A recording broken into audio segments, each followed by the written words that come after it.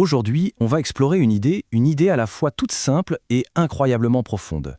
Et si les schémas qui se répètent sans cesse dans nos vies, eh bien, s'ils n'étaient pas juste le fruit du hasard, s'ils étaient en fait le reflet de quelque chose de bien plus intime, de caché au fond de nous. C'est un sentiment que je pense tout le monde connaît, non?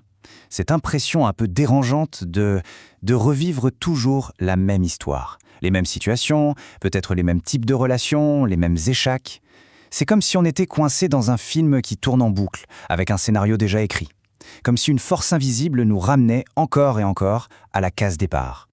Eh bien, figurez-vous que le grand psychiatre Carl Jung avait une explication pour ça. Une explication qui tient en une seule phrase, mais une phrase assez percutante. Il suggère que cette force invisible, ce qu'on appelle souvent le destin, eh bien, ça pourrait venir de nous, d'une partie de notre propre esprit qu'on ne connaît même pas. C'est fascinant, non? Alors allons voir ça de plus près. Ok, alors pour vraiment saisir ce que Jung veut dire, il faut qu'on s'arrête sur le concept central de sa pensée, l'inconscient. Un mot qu'on entend souvent, mais qu'est-ce que c'est au juste? L'image la plus parlante, c'est celle de l'iceberg. Imaginez un iceberg. La toute petite pointe qui dépasse de l'eau, ça c'est notre esprit conscient. C'est tout ce dont on est au courant. Mais en dessous, il y a cette masse énorme, gigantesque, complètement immergée. Ça, c'est l'inconscient. Et c'est là que tout se joue. C'est le royaume de nos peurs les plus profondes, de nos désirs cachés, de nos croyances les plus ancrées. On peut aussi prendre une autre métaphore, celle du navire. C'est assez clair aussi. Notre esprit conscient, c'est le capitaine sur le pont. C'est lui qui, en théorie, tient la barre et décide de la direction. Sauf que, la plupart du temps, qui est vraiment aux commandes? C'est le pilote automatique, l'inconscient.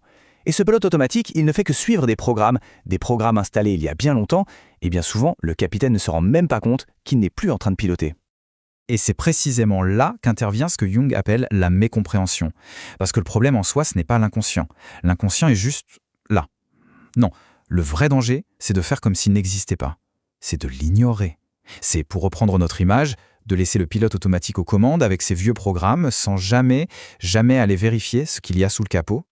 Alors concrètement, ça ressemble à quoi cette mécompréhension? Eh bien, ça prend plusieurs formes. Il y a le refoulement, ça c'est le grand classique, on pousse la poussière sous le tapis en espérant qu'elle disparaisse.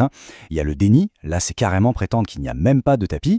Ensuite la projection, c'est quand on accuse les autres d'avoir un intérieur sale alors que la poussière vient de chez nous.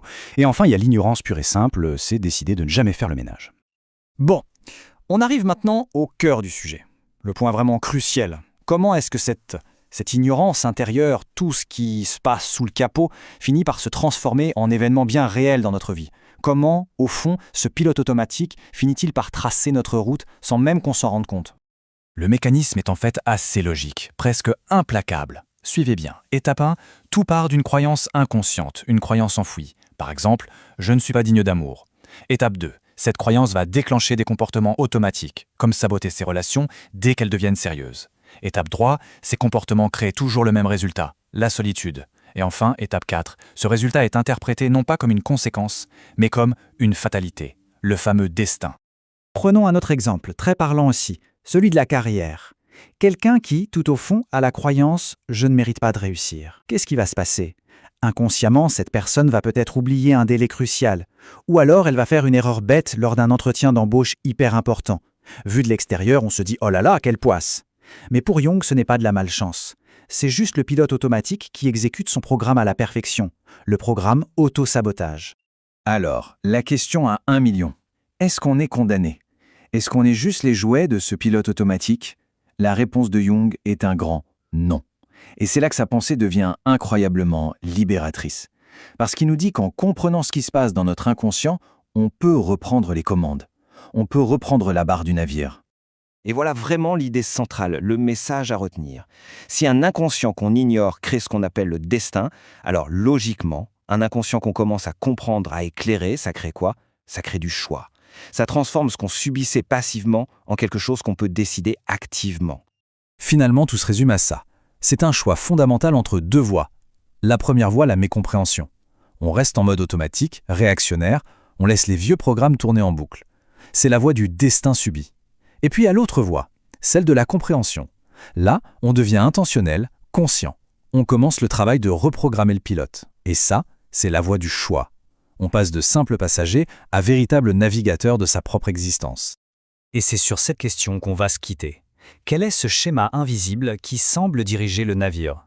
L'invitation de Jung, c'est de regarder les répétitions dans sa vie, non plus comme des malédictions, mais de les voir pour ce qu'elles sont vraiment, des indices, des pistes, des messages précieux envoyés par ce pilote automatique. Car c'est seulement en écoutant ces messages qu'on a une chance, peut-être, de commencer à changer de cap.